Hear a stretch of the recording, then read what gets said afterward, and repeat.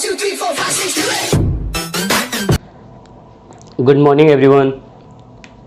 चलिए गाइस, तो आज हम नेक्स्ट सेशन पे बात करने वाले हैं। पॉलिटी में पहले हमने सीखा था कि what is the difference between presidential governance system and parliamentary governance system. उसके बाद में नेक्स्ट सेशन में या नेक्स्ट क्लास में हमने सीखा था गाइस कि what is the meanings of central government and how is the formation of central government. आज हम जो बात करने वाले गाइस, तो आज हम बात करेंगे स्टेट गवर्नमेंट के फॉर्मेशन पे। ठीक है, चलिए स्टेट गवर्नमेंट का फॉर्मेशन कैसा होता है डायरेक्टली चलिए उस पर बात करते हैं।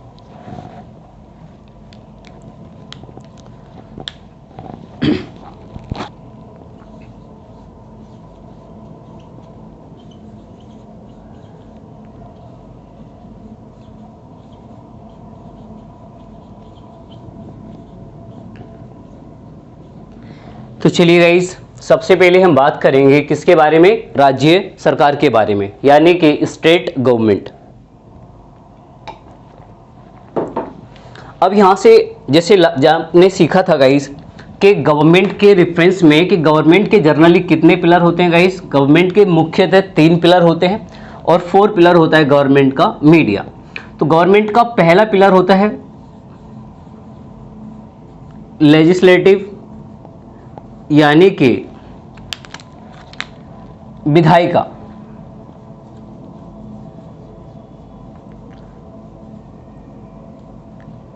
देखिए बच्चों, ये पहले ऑलरेडी आपने सीख चुके हैं कि हमारी जो गवर्नमेंट होती है, एक्चुअली तो गवर्नमेंट के 4 पिलर होते हैं, वो ऑलरेडी हमने पढ़ा था पहली क्लास में।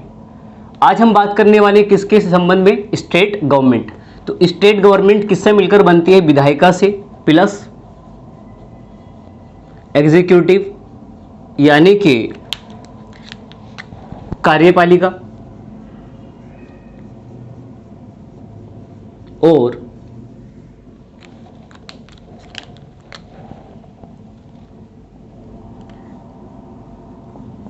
जुडिशरी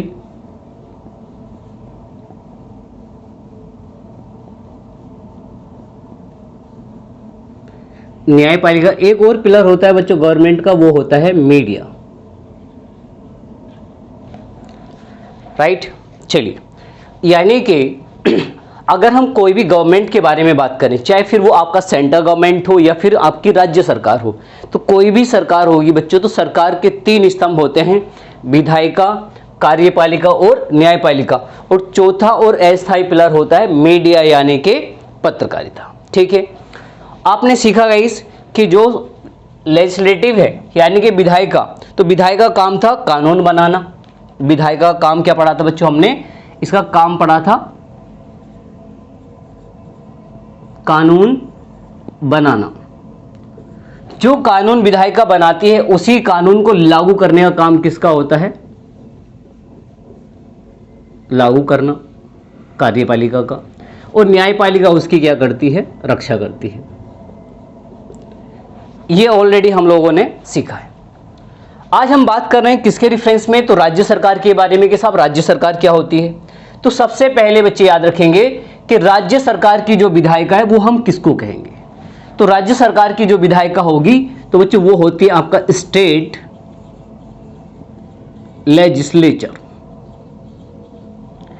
स्टेट लेजिस्लेचर का मतलब होता है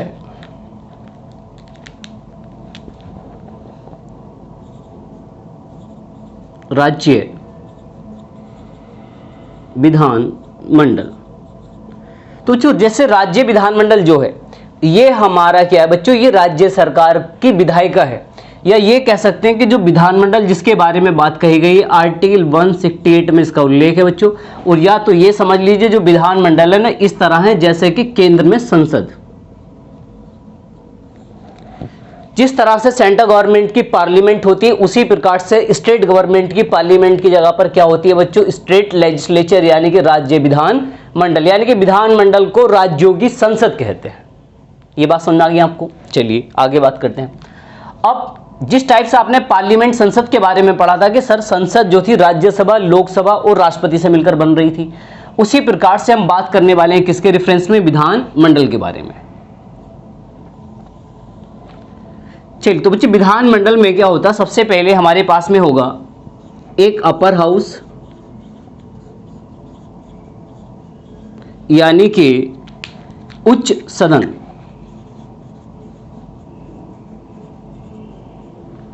अगर आप बात करें किसके रेफरेंस में, उच्च सदन के बारे में, तो एक होता है उच्च सदन, और जो उच्च सदन है वो क्या होता है बच्चों, जिस तरह से संसद का उच्च सदन था राज्यसभा, उसी प्रकार से विधानमंडल का जो उच्च सदन होता है बच्चों, उसको कहते हैं हम विधान परिषद।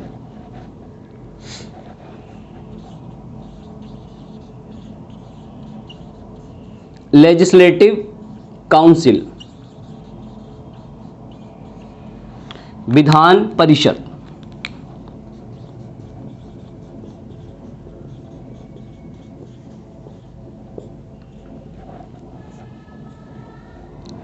तो आपने यहां से एक चीज सीखी गाइस कि जो विधान परिषद है ये उच्च सदन होता है किसका, राज्य के विधान मंडल का। जैसे पार्लियामेंट में क्या पढ़ा था आपने कि सर एक राज्यसभा थी, एक लोकसभा और एक राष्ट्रपति, उसी प्रकार से राज्यों के विधानमंडल में राष्ट्रपति के स्थान पर होता है गवर्नर, यानी कि राज्यपाल। ये बात सीखी आपने यहां से। अब हम बात कर रहे हैं किसके रेफरेंस में, लोअर हाउस के बारे में। लोअर हाउस बच्चे, लोअर हाउस क्या होता है यहां पे, यानी कि निम्न सदन। अगर आप निम्न सदन के बारे में बात करेंगे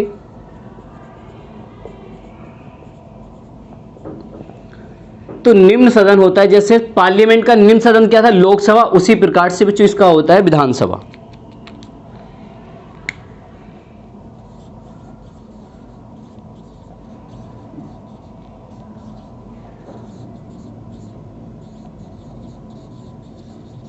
लेजिस्लेटिव असेंबली, विधानसभा। चलिए आपने क्या सीखा यहां से कि विधानमंडल। अब एक बात समझेंगे, हमारे देश का हमारा जो संविधान है उसमें क्या कहा गया है कि जिन राज्यों के अंदर जनसंख्या ज्यादा होगी, I am talking about the state of, कि वे स्टेट, जिन स्टेट की जनसंख्या क्या होगी बच्चों, ज्यादा होगी, तो वहां का फॉर्मेशन समझ लीजिए। चलिए सबसे पहले ऐसा मान लेंगे कि मैं जिस राज्य, तो क्या कहा गया वहां पे कि जिन राज्यों के अंदर जनसंख्या ज्यादा है तो वहां का जो विधानमंडल होगा वो बाइकैमरल होगा। बाइकैमरल का मतलब ये, उस विधानमंडल का निर्माण दो सदनों से मिलकर होगा, विधान परिषद प्लस विधान सभा से, जबकि ये भारत के हर एक राज्य में नहीं है। बात समझ आ गई यहां से। आप ऐसे समझ लीजिए, विधानमंडल के दो सदन होते हैं, विधान परिषद और विधान सभा। तो आपका विधान परिषद और विधानसभा भारत के सब राज्यों में नहीं है, क्योंकि कुछ राज्यों में केवल विधानमंडल किससे मिलकर बना, केवल विधानसभा से। ऐसा कहा गया यदि राज्य सरकार चाहे तो वो अपने राज्य में, यदि उनको लगता है कानून बनाने के लिए एक सदन काफी नहीं है, क्षेत्रफल बड़ा है, जनसंख्या ज्यादा है, तो वो क्या काम कर सकते हैं, विधानसभा के साथ साथ अपने राज्य में विधान परिषद का निर्माण भी कर सकते हैं।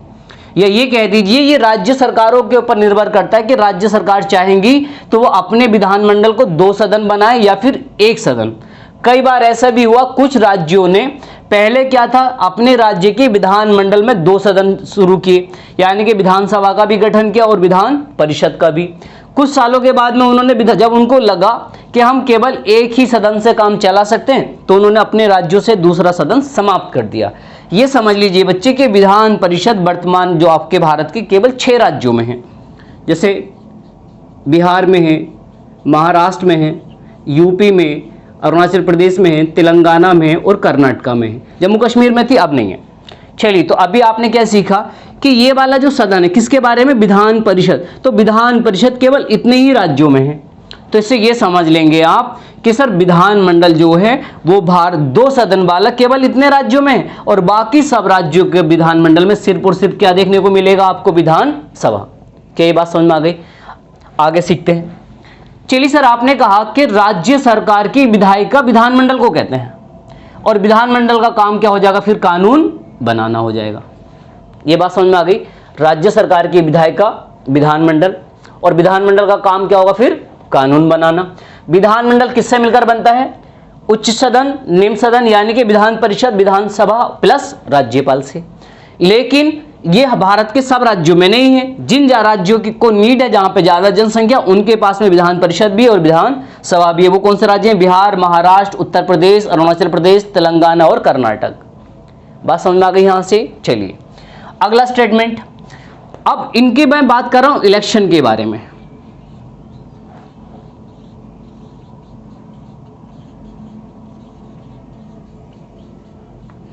कि इनका चुनाव करता कौन है। सबसे पहली चीज बच्चों, ये आप एक्चुअली होते क्या है, इनके जो सदस्य होंगे उनको हम कहते हैं MLC। M का मतलब है मेंबर, L का मतलब लेजिस्लेटिव और C का मतलब council. The member of legislative council, यानी कि विधान परिषद के सदस्य। अब जो MLC जो होते हैं वो किसके सदस्य कहलाते हैं? विधान परिषद के। जैसे राज्यसभा और लोकसभा के सदस्यों का क्या कहा जाता था? MP, the member of parliament. उसी प्रकार से विधान परिषद के सदस्यों को क्या कहते हैं? हम MLC। अब हम ये देखने वाले हैं कि MLC का जो चुनाव है कौन करता है और कैसे चुनाव होता है। ठीक, चलिए बात करेंगे। होता क्या है, उदाहरण के तौर पे ये जो विधानमंडल है, मैं किसका मान लूं? यूपी का। किसके बात कर रहा हूं मैं? उत्तर प्रदेश की, राइट।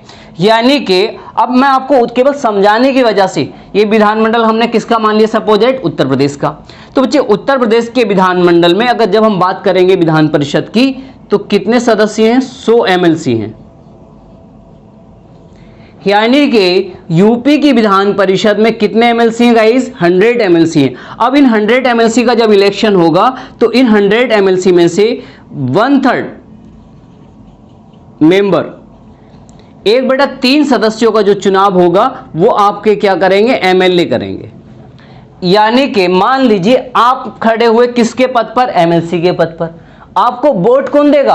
आपके राज्य में जो MLA होंगे ना, वो लोग वोट देंगे। और इस तरह से 100 सीट में से 1/3 सीट किसके द्वारा चुनी जाती हैं?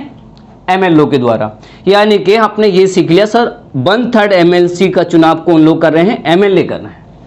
उसी प्रकार से 1/3 मेंबर जो चुने जाते हैं वो लोकल गवर्नमेंट,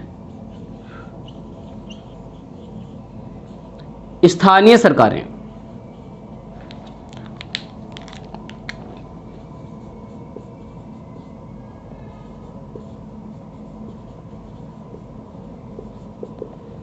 अब ये जान लीजिए सर, लोकल गवर्नमेंट या स्थानीय सरकारें क्या होती हैं। मैंने आपसे कहा कि 1/3 मेंबर का चुनाव MLC का किसने किया? MLA ने किया। 1/3 मेंबर का जो इलेक्शन हुआ वो किसके द्वारा होगा बच्चों? लोकल गवर्नमेंट यानी कि स्थानीय सरकारों के द्वारा।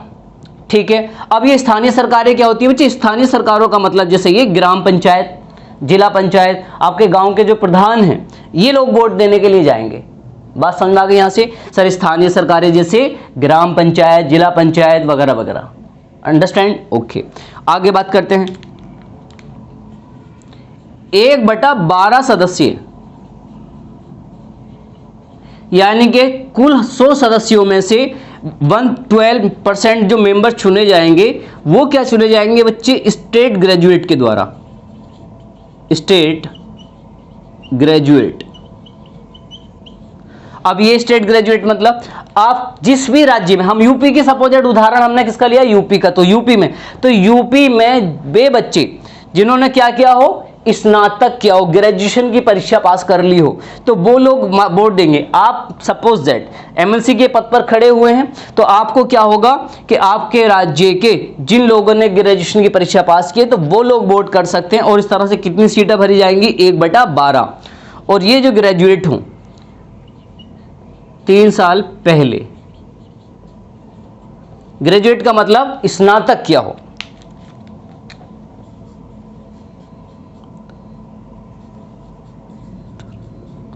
पता नहीं ऐसे कुछ लिखेंगे, स्नातक समझ लीजिए आप, राइट। यानी कि ऐसे देखिए, ग्रेजुएट भी वो स्टूडेंट्स वोट करेंगे जिन्होंने ग्रेजुएशन कब किया हो? 3 साल पहले किया हो। उसके बाद में 1/12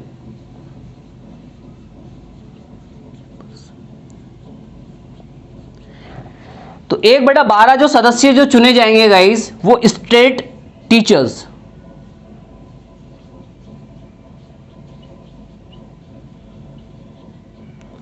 राज्यों के, आपके राज्य में जो अध्यापक है, जो गवर्नमेंट टीचर हैं, कैसे टीचर, गवर्नमेंट टीचर, गवर्नमेंट टीचरों के द्वारा, वो भी वे गवर्नमेंट टीचर जो कब 3 साल पहले अपॉइंटेड हुए हो, जो 3 साल पहले बने हो।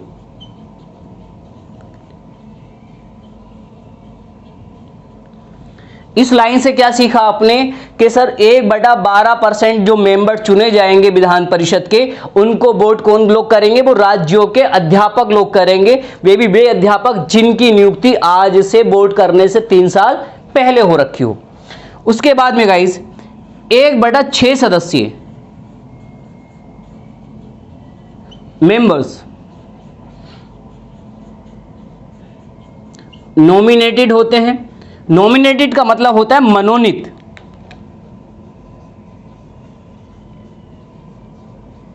और ये मनोनीत होते हैं बाय गवर्नर।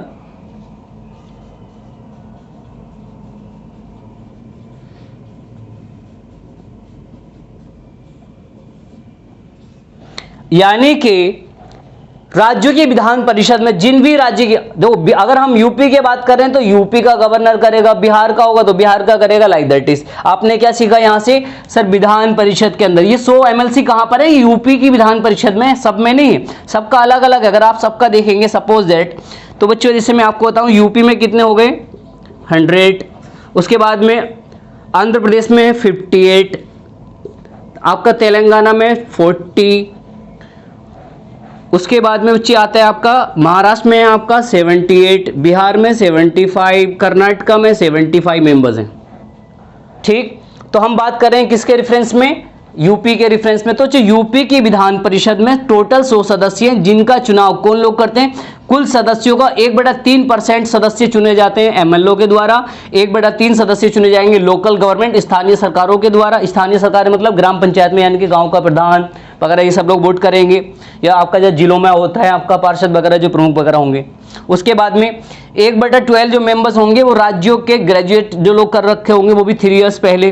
1/12 करेंगे स्टेट टीचर्स के द्वारा, और 1/6 सदस्य को क्या कर सकता है, राज्यों का जो राज्यपाल होता है वो उनको मनोनीत करेगा। इस तरह से क्या होता है बच्चे, राज्य की विधान परिषद का चुनाव होता है। क्या ये बात समझ में आ गई आप सबको? कई दफा ये प्रश्न मालूम किया है बच्चों आपसे कि राज्यपाल के द्वारा विधान परिषद में कितने सदस्य मनोनीत होते हैं, 1/6। क्या ये बात समझ में आ गई यहां से? चलिए अगला पॉइंट, अब बात करने वाला हूं किसके रेफरेंस में मैं, राज्यपाल के बारे में। इसका उल्लेख है बच्चों आर्टिकल 169 में। अब हम बात कर रहे हैं किसके बारे में, राज्यपाल के बारे में। बच्चों तो राज्यपाल का जो चुनाव होता है बच्चे, ये अपॉइंट होता है।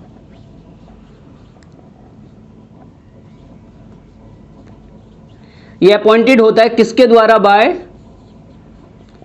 आर सर्किल का मतलब क्या सीखा था आपने, प्रेसिडेंट यानी कि राष्ट्रपति। यदि कोई बच्चे मेरी ये डायरेक्ट फर्स्ट क्लास ले रहा हो तो जब भी मैं आर सर्कल में लिखता हूं तो इसका मतलब होता है प्रेसिडेंट यानी कि राष्ट्रपति। बच्चों आर्टिकल 155 यानी कि 155 के तहत राष्ट्रपति को यह अधिकार दिया गया है कि वह राज्यों के राज्यपालों की क्या करेगा, नियुक्ति। तो अर्थात राज्यों के जितने भी, हर राज्य का जो राज्यपाल नियुक्त होता है वो किसके द्वारा, वो राष्ट्रपति के द्वारा। कौन सा आर्टिकल में कहा गया है, ये 155 में। अब हम किसके बारे में बात करेंगे, लेजिस्लेटिव असेंबली, विधानसभा। यानी कि विधानसभा कैसा है, ये विधानमंडल का निम्न सदन है। अब इनका जो इलेक्शन होता है,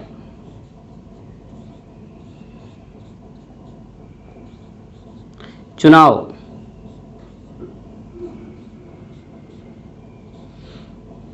बच्चे इनका जो चुनाव होगा, इनका चुनाव करती है स्टेट पीपल।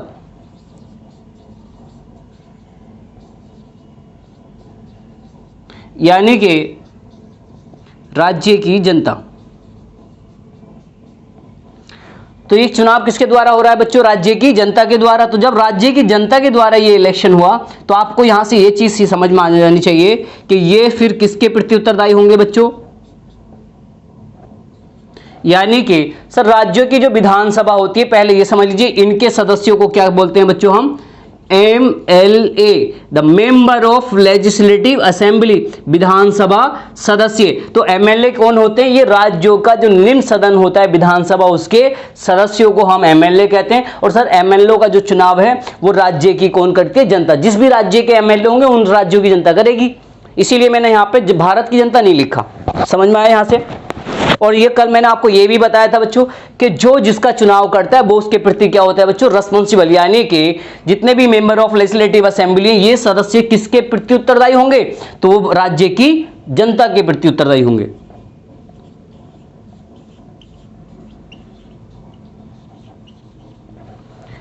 रिस्पॉन्सिबल का मतलब होता है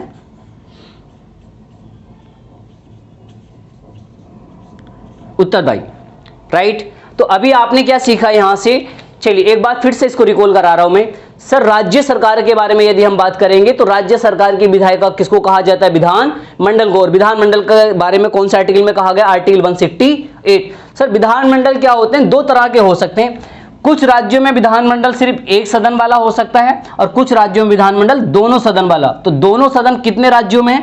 केवल 6 राज्यों में, बिहार, महाराष्ट्र, उत्तर प्रदेश, आंध्र प्रदेश, तेलंगाना और कर्नाटक में। ये जो संख्या मैंने लिखी है बच्चों, ये सब क्या है? ये सीट है। बिहार की विधान परिषद में 75, महाराष्ट्र की विधान परिषद में 78, उत्तर प्रदेश में 100, आंध्र प्रदेश में 58, तेलंगाना में कितने? 40, कर्नाटका में 75। तो प्रश्न ये भी आ जाएगा किस राज्य की विधान परिषद में सबसे ज्यादा सदस्य हैं? तो उत्तर प्रदेश की में।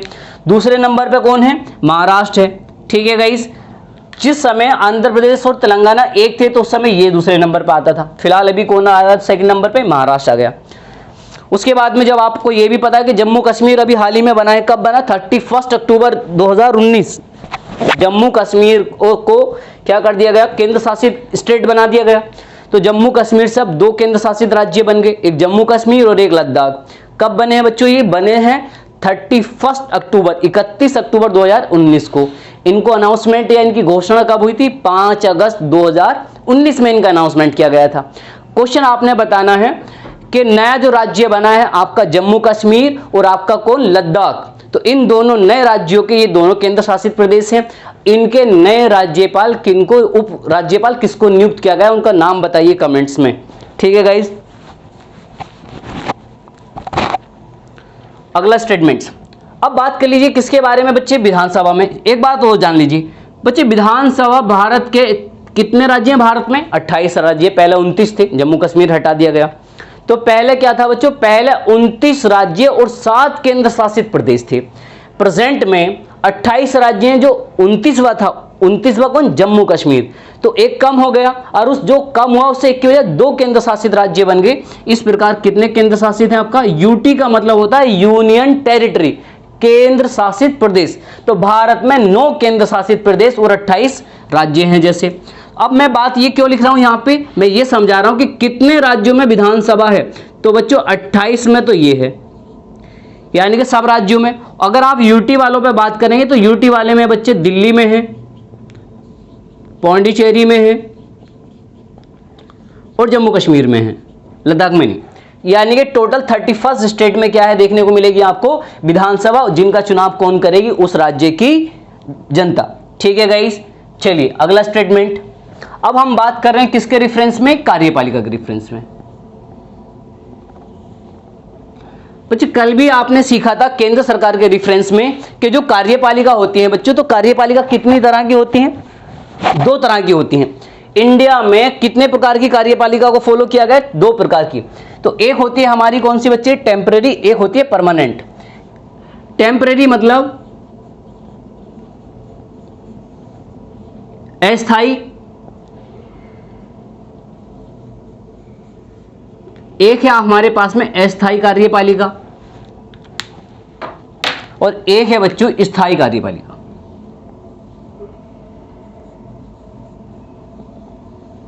स्थायी कार्यपालिका। कभी भी आपसे ये पूछा जाए कि कार्यपालिका या एग्जीक्यूटिव कितने तरह की है, भारत में कैसी है, तो हमारे भारत में बच्चों देखो कार्यपालिका 2 प्रकार की है। ठीक, एक स्थायी कार्यपालिका और एक अस्थायी कार्यपालिका। ठीक, चलिए शुरुआत करते हैं किसके रेफरेंस में? सर अस्थायी कार्यपालिका किसको कहा जाता है? तो जो अस्थायी कार्यपालिका कहा जाता है काउंसिल ऑफ मिनिस्टर को। Council of minister. Council of minister का मतलब होता है बच्चों मंत्री परिषद।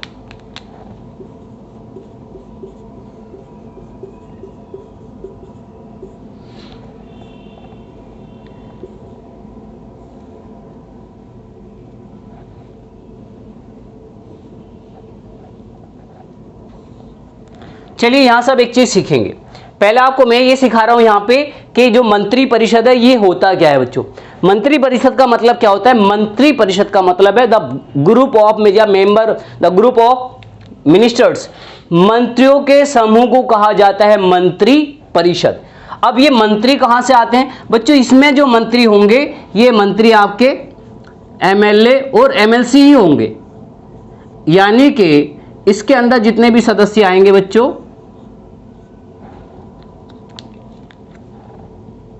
तो आपने क्या सीख लिया यहां पे? सर हमने ये सीखा यहां से कि जो मंत्री परिषद के अंदर सदस्य होते हैं वो कौन लोग होते हैं? सर वो एमएलए और एमएलसी होते हैं, लेकिन 99% ज्यादातर कौन होंगे? वो एमएलए होंगे। अब एमएलए कहां से आएंगे? निम्न सदन से आएंगे। अब ये बात सीख लीजिए। तो पहले तो मैंने आपको ये सिखाया कि सर मंत्री परिषद के अंदर जो सदस्य चुने जाते हैं वो कहां से चुने जाएंगे? विधानसभा से। कहां से चुने जाएंगे? विधानसभा से। और विधानसभा में भी वो जो मेजोरिटी पार्टी होगी,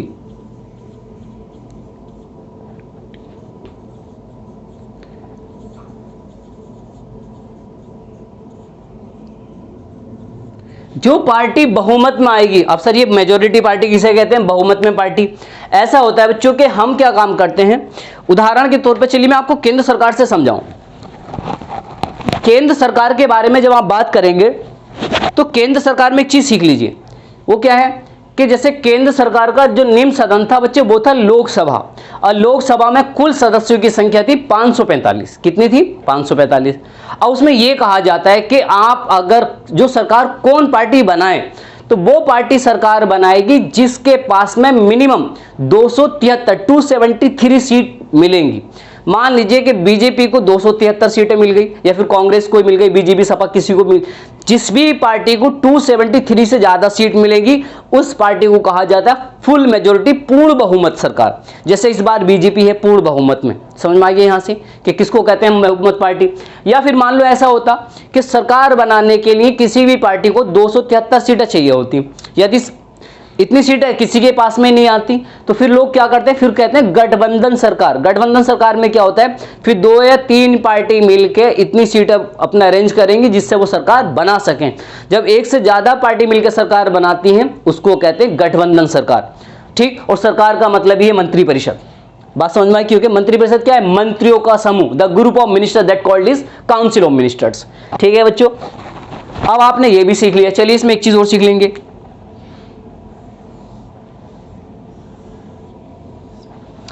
सबसे पहले टॉप पे होता है जो चीफ मिनिस्टर,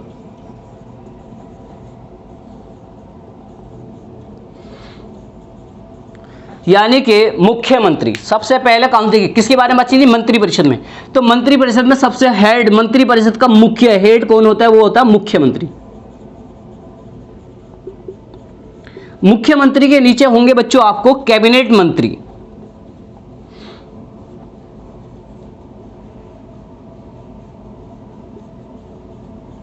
उसके नीचे कौन आते हैं? कैबिनेट मंत्री। बच्चों कैबिनेट मंत्रियों के अंडर में होते हैं आपका स्टेट मिनिस्टर। एम का मतलब है मंत्री। राज्य मंत्री, एक और राज्य मंत्री होते हैं, लेकिन ये राज्य मंत्री तो है लेकिन कैसे हैं? स्वतंत्र प्रभार।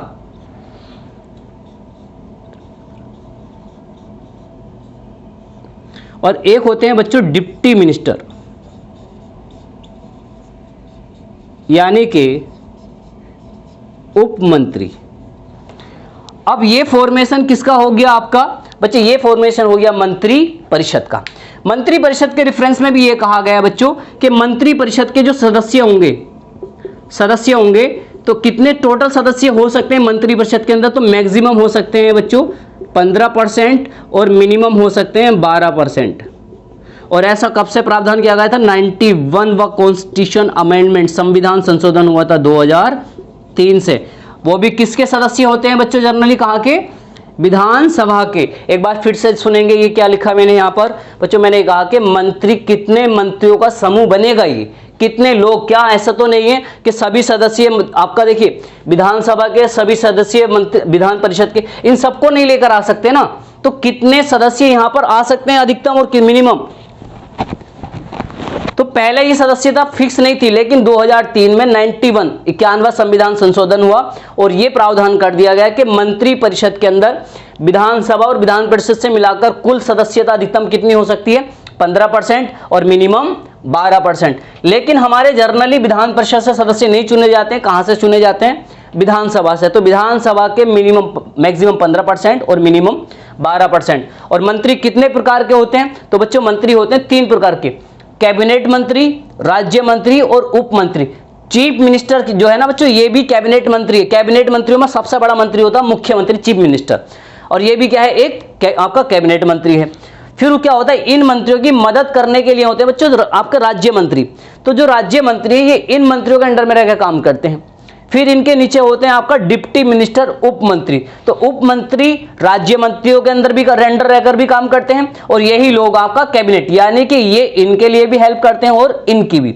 अब आता है सर स्टेट मिनिस्टर, वो भी कौन से, इंडिपेंडेंट, स्वतंत्र प्रभार। ये क्या किससे है बच्चे, ये किस्सा ये है, कुछ ऐसे भी मंत्री होते हैं जो आपका कैबिनेट मंत्री किसी के भी अंडर में रहकर काम नहीं करते हैं, वो अपना फ्रीडम स्तर पर काम करते हैं, उनको कहा जाता है स्वतंत्र प्रभार। जैसे मान लीजिए खेल मंत्री, तो खेल मंत्री क्या होता है, वो राज्य मंत्री स्तर का मंत्री है, उसको हम कहेंगे स्वतंत्र प्रभार का खेल मंत्री, क्योंकि वो कैबिनेट मंत्री के अंडर में रहकर काम नहीं करते हैं। ठीक है। अब आता है किसके बारे में बच्चों, स्थायी कार्यपालिका। स्थायी कार्यपालिका कहा जाता है ब्यूरोक्रेसी को।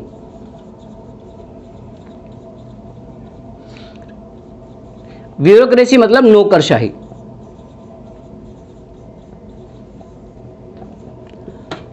होता क्या है बच्चों, देखिए आपका ब्यूरोक्रेसी क्या होती है, ये मदद करने के लिए, एसेट्स करने के लिए, एसेट्स मतलब हेल्प करने के लिए बनाई जाती है। किसकी मदद करने के लिए, मंत्रियों की, यानी कि मंत्री परिषद के सदस्यों की मदद करने के लिए हम क्या बनाते हैं, एक स्थायी कार्यपालिका का निर्माण करते हैं। और ये लोग क्या काम करेंगे बच्चों, ये इनको कंट्रोल करेंगे, नियंत्रित करेंगे। यानी कि स्थायी कार्यपालिका का जो कंट्रोलेशन है वो किसके पास में है, मंत्री परिषद के पास में है।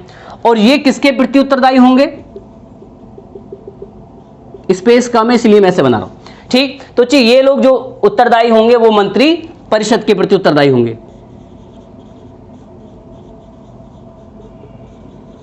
अब सर इसमें होते कौन हैं ये जान लेंगे। तो सबसे पहला होगा बच्चों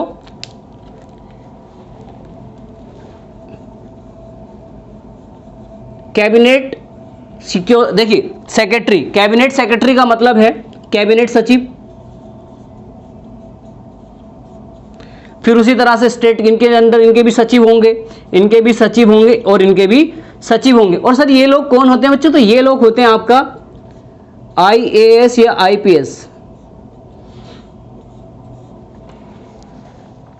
या हम कुछ को बिना उसके भी बना सकते हैं, ऐसा जरूरी नहीं है। ठीक है, तो आपने क्या सीखा यहां से, स्टेट गवर्नमेंट के फॉर्मेशन में कौन कौन लोग काम करते हैं। तो आप जैसे देख लीजिए सर, स्टेट के अंडर में आपको राज्यपाल मिलेगा, उसके बाद में जैसे विधान परिषद के सदस्य लोग काम करेंगे कानून बनाने में, उसके बाद में विधानसभा के सदस्य होते हैं, और इन्हीं में से हम कुछ लोगों को क्या बनाते हैं, मंत्री बनाते हैं, जिनके ग्रुप को हम मंत्री परिषद कहेंगे। और इनकी हेल्प करने के लिए कुछ IAS IPS या कुछ ऐसे सदस्य होंगे जो इनकी हेल्प करेंगे, जिसको हम क्या कहते हैं, सचिवालय भी बोला जाता है जर्नली। तो एक तरह से ये कह सकते हैं आप कि देखिए स्थायी कार्यपालिका क्या है, सचिवालय। अगर न्यायपालिका की बात करेंगे बच्चे तो इसमें कौन आता है, वो आपका हाई कोर्ट और मीडिया के बारे में आप सब जानते हैं। तो जो समझ में आया यहां से कि what is the formation of state government. ठीक, चलिए गाइस, तो ये अभी केवल हम लैंग्वेज सीख रहे हैं जिससे कि हम आसानी से संविधान को सीख सकें। ठीक है, कंटिन्यू क्लास चलेगी गाइस। बस आप एक काम करिए, अगर आपको क्लास पसंद आए तो ज़्यादा से ज़्यादा इसको शेयर करिए, लाइक करिए, कमेंट्स ज़रूर करिए। देखिए कमेंट्स क्या करें ज़रूर, मैं रोज़ पढ़ता हूँ फुर्सत से। ठीक है गाइस, तो आज के लिए इतना ही। Best of luck, take care, bye bye.